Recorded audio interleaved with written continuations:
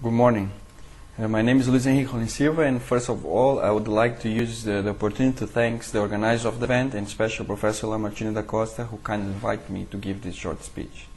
Currently, I'm working as a head of research in the Qatar Olympic Sports Museum, and as you know, in 2011, Doha, the capital of Qatar, hosted the 9th World Conference on Sports Environment. So this event was co-organized by the International Olympic Committee, the United Nations Environment Program, and the Qatar Olympic Committee, with the thematic Playing for a Greener Future. During the 3 days of the conference, delegates discussed point of views and ideas in how to preserve the environment and develop global sports events at the same time. This task of the globalized world is especially important here in Qatar because it will be the host of mega sport events such as the Handball World Championship in 2015 and the World Football Cup into 2022. The Qatar Olympic and Sports Museum organized at the first day of the event a panel called Green Games, Best Examples for our ongoing discussion.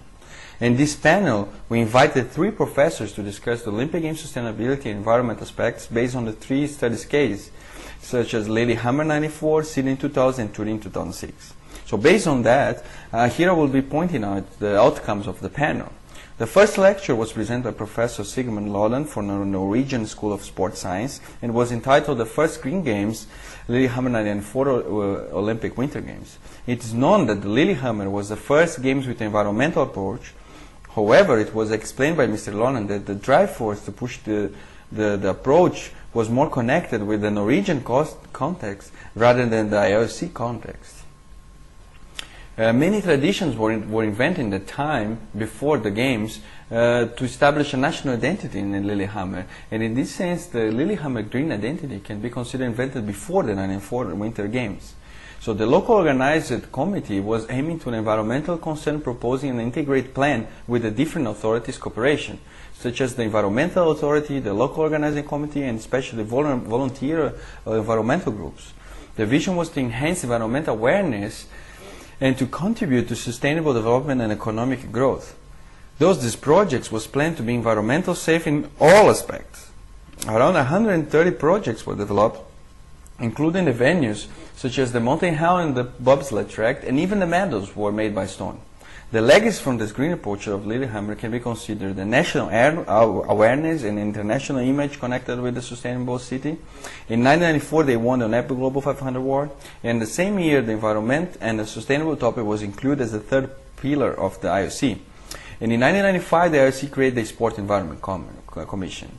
Going to the second lecture that was presented by Professor Richard Cashman from the University of Technology, Sydney, and was entitled A New Green Benchmark for the Summer Olympic Games, Sydney Green Games. Mr. Cashman's first statement about the Games was, even if the green measures were imperfectly realized, the Sydney Olympic Games set the new environmental benchmarks for the Summer Olympic Games. So the IOC encouraged the Sydney and the other beaches to enhance the environmental dimensions in their respectives. However, Sydney went beyond what was required by IOC. And this in turn encouraging the IOC to advance its commitment with the environment.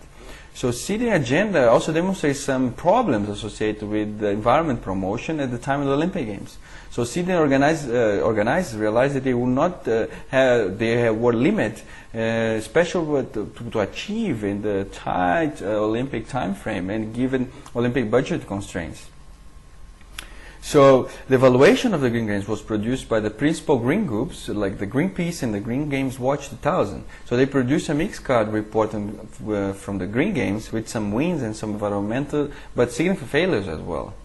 So 3 aspects emerged as an environmental legacy. The Games act as an agent of change in a number of ways. The introduction of a green criteria in building projects has helped to bring a change in thinking. The Sydney experience encouraged the IOC to adopt the environment as a key factor in decision-making about the future of the Games, and the Games left better informed community about environmental issues.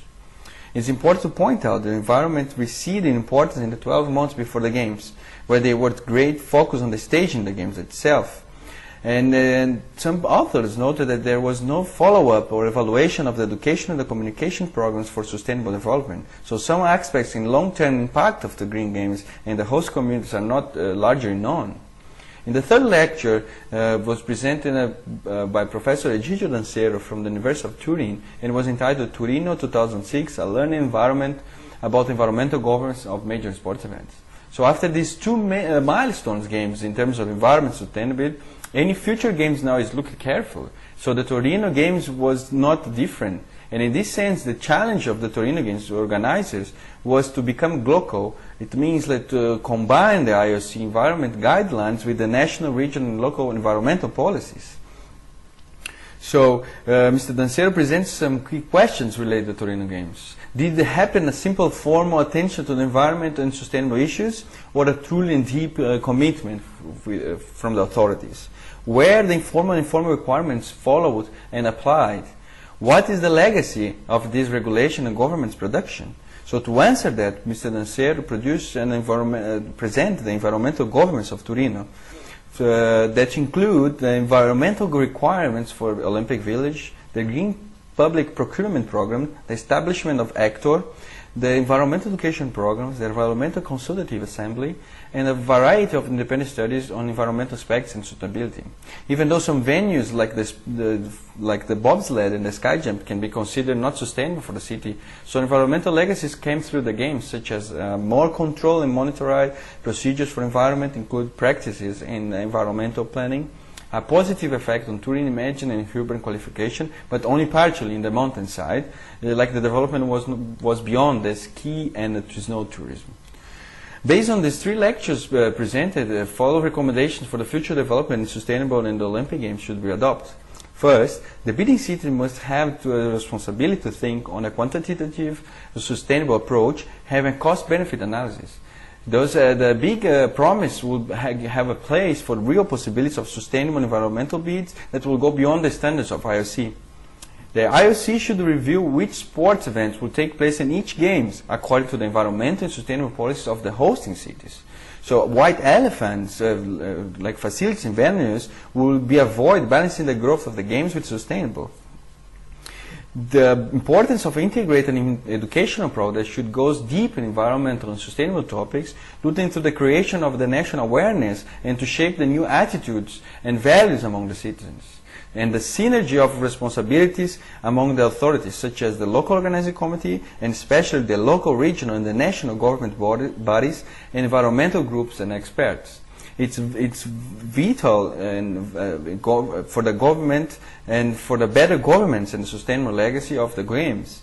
Thus, the long-term policies for environmental and sustainable should be the thought.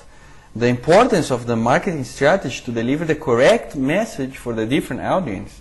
And here should we include the discussion about the word green for an environmental sustainable project.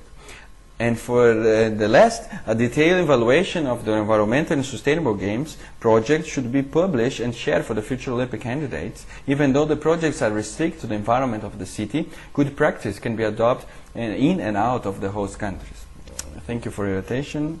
Have a nice event.